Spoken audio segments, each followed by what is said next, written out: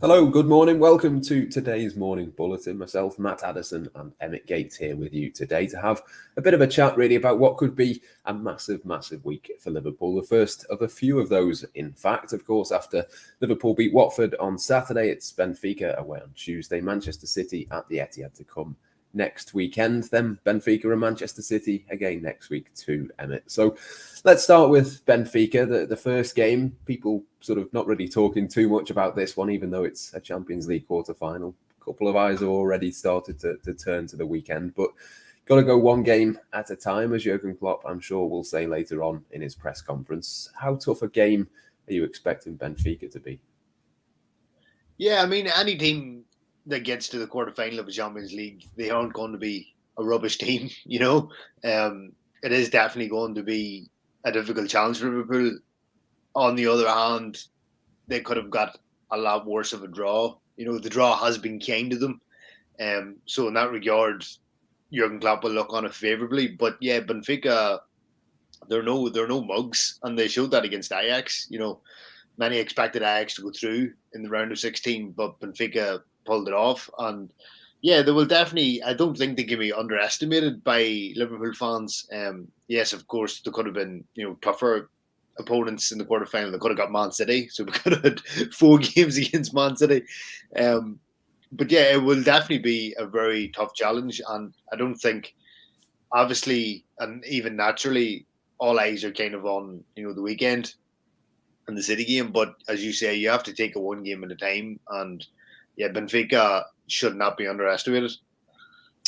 Yeah, I mean, in terms of the tie, obviously Liverpool have to take it seriously. But that's been a little bit of a conversation around Mohamed Salah recently. Should he maybe have a rest, take him out of the firing line? I can't personally see Jurgen Klopp doing it, but I can see the kind of benefits, really. I think that there might be one or two players in or not in the team really ahead of Manchester City, I think, in terms of giving them a rest. I mean, what do you think about Mohamed Salah? He's not been in the best form recently. I do wonder whether it might just benefit him with all that football he's played lately, maybe to just come off the bench, give himself half an hour against Benfica. He's not gonna like that, of course, but how likely do you think that would be, and would that be beneficial?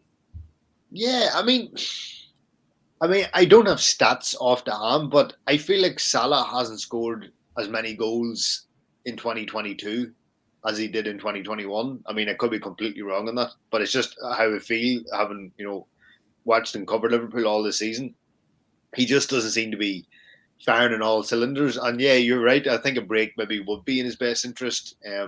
Maybe bring him on the last half hour, and that's kind of the beauty of the draw that Liverpool got against Benfica, is that Jurgen Klopp is in a position where he could rest maybe one or two key players ahead of the City game, and City are denied that privilege as they've got Atletico. Um, so yeah, you probably would think maybe give Salah a rest, maybe give him, I don't need 10, 15 minutes if the game needs for it. If Liverpool are one or two up, just keep him out completely and rest him for Sunday. Um, because yeah, as you say, he kind of is. His form's been patchy as of late. His form has been really patchy, and you saw that against Watford on Saturday. His first touch was lacking. He just didn't really seem the usual Mo Salah. So, and he has played a lot of football and he's travelled a lot. So you would think out of the two games, clearly the one to rest him would be in this one. Um, so I mean, if you had Luis Diaz, Firmino, Jota, Mane, those four have been more than enough. You would like to think the not see Benfica off, but make the second leg a lot more comfortable. So yeah, it definitely could be an option. Yeah, 5 subs as well, of course, in the Champions League. So it wouldn't be as if he wouldn't have any chance to come off the bench either. I think that would certainly be an interesting one to have a look at. I mean, obviously, at the same time as Liverpool playing, Manchester City are also playing tomorrow night. Liverpool, obviously, away in Portugal. Manchester City at home to Atletico Madrid. We've spoken in the past about that being obviously a more difficult game, you would think, certainly a more physical game for Manchester City to play against. But how big of a difference do you think there is? Obviously, Liverpool have to travel, so that maybe sort of counterbalances it a little bit. How much of a difference do you think those two games will play in terms of the weekend.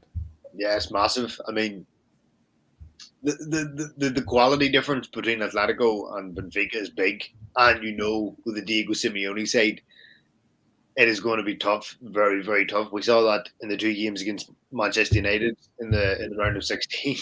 There is no inch that Simeone will not go in order to get his team over the line. There is no trick or underhanded methods he won't use. I remember seeing a stat. I think in the second half of the second leg at Old Trafford, the ball was in play for 11 minutes out of 45. Because Simeone's team were just trying every dirty trick, not dirty trick, but every trick in the book, using every ounce of their experience just to get the result over the line. So Atletico, you always know you're in for a fight, and Man City will definitely not get it easy over the 2 legs. It'll be more of a war, say, than Liverpool's game against Benfica will be, even the 2 games. So yeah, you think going into the weekend's fixture that Man City they will have spent a lot more energy than Liverpool will have. With that in mind, then I suppose it's really important, isn't it, that Liverpool kind of go and win in Portugal if they can give themselves that opportunity, maybe to make a couple of changes next midweek for that return leg. Obviously, we saw that with Inter in the last round. Inter made it difficult and came to Anfield and won. Liverpool still got through, but I suppose that there is a bit of an opportunity to go there, maybe win by a couple of goals. We don't want to get too far ahead of ourselves, of course, but that could be really, really important in the context of the next fortnight. Yeah, I mean, if Liverpool, as you say, if they could repeat what they did at San Siro, they could go into the second leg then and rest again. Maybe Salah could be rested, or you could rest. Maybe leave Thiago out, considering how fragile he's been. The last year. It does definitely put Liverpool in a position where they could rest players in the second leg if the first leg, if they're 2 or 3 goals up, which could happen. That could be the thing we were talking earlier about. Salah and rest him for this game. But if he starts this game and Liverpool are out of sight, by the end of the first 90 minutes, you could rest him completely then for the second. So I think you maybe have to weigh it up in terms of, well, either keep playing him now and then rest him later, or rest him for this game and then, start him in the second. But yeah, Liverpool are in a great position where they could put, after the first leg, they could be out of sight in the semi-final. And, we could see a kind of, I don't want to say a Carabao Cup-esque line out in the second leg, but something in that mould where it's maybe, the likes of Minamino or maybe even Origi could get a start, obviously depending on how the first leg went. So I think this is a great opportunity for Liverpool and Klopp to maybe rotate, especially with the squad that Liverpool have now. He can definitely do it, and there's not a massive drop-off in quality.